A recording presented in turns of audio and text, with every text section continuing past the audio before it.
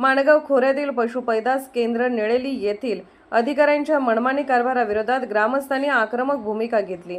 आज 15 ऑगस्ट 2026 रोजी सिंधुदुर्ग जिल्हाधिकारी कार्यालय ओरोस येथे आंदोलन छेडलं।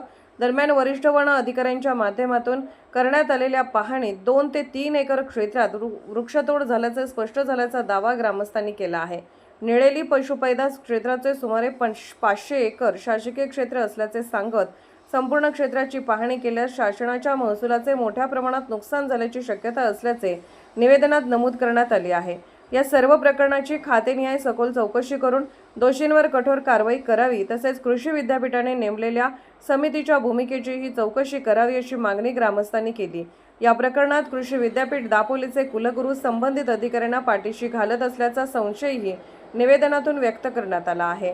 या सर्व बाबीची सखोल चौकशी करून कारवाई करावी असे आदेश स्वतः पालकमंत्री नितेश राणे यांनी आज इथे दिले आहेत। यावेळी जिल्हाधिकारी कार्यालयासमोर ग्रामस्थ दीपक काणेकर, मिलिंद धुरी, विनोद जाधव, नामदेव जानकर, सकाराम गावडे, नकुल गवंडे, किशोर दळवी, विष्णू राणे, वसंत दळवी आंदोलनकर्ते हजर होते। माणगाव पशुपैदास केंद्र निळेली या ठिकाणी गेली अनेक वर्ष भ्रष्टाचाराचा कारभार सुरू आहे। मनमानी कारभार अधिकारी करते या संदर्भात महोदय कुलगुरू डॉक्टर बाळासाहेब कोकण विकास कृषी विद्यापीठ दापोली यांच्याकडे तक्रारी अर्ज करण्यात आलेला होता।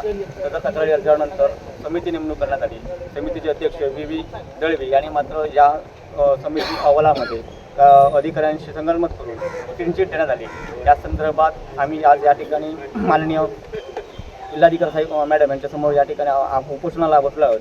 त्यानंतर याच विभागामध्ये फक्त 2.5 एकरमध्ये क्षेत्रामध्ये फॉरेस्ट विभागाने तपासणी केली असता त्यामध्ये वृक्षतोड झालेली आहे, निष्पन्न झालेले आहे। त्यामध्ये खैर, साग, आंबे अशा प्रकारची झाडांची तोड झालेली आहे। आज आपण विचार करा, ह्या निळेली पशुपैदास क्षेत्रामध्ये कमीत कमी 750 एकर एवढे क्षेत्र आहे। आता विचार करा की 2 एकरमध्ये एवढ्या प्रकारची तोड झाली वृक्षतोड झाली असेल तर या 750 एकरमध्ये किती प्रकारची वृक्षतोड झाली असेल। या सर्व विषयाचा योग्य ती कारवाई व्हावी, याची तपासणी व्हावी। महाराष्ट्र अधिनियम महसुली अधिनियम 1966 प्रमाणे या सगळ्यांवर जिल्हाधिकारी तसेच फॉरेस्ट विभागाच्या माध्यमातून तपासणी व्हावी आणि या तपासणीमध्ये जे कोण अधिकारी दोषी आढळते त्यांच्यावर आपण कारवाई करावी, अशा प्रकारची मागणी आम्ही या ठिकाणी पालकमंत्री महोदयांकडे केलेली आहे। काही दिवसातच पालकमंत्र्यांनी आम्हाला तोंडी आश्वासन दिलं आहे की या सगळ्या विषयावर आपण योग्य तो निर्णय घेऊन आपण न्याय देण्यात येईल असं सांगितलेलं आहे।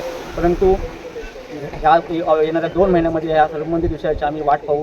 अगर 2 महिन्यात त्या विषयावर कोणताही ठोस निर्णय न मिळाला पुन्हा एकदा आपण आमरण उपोषण करू अशी आज आपण सांगत आहोत।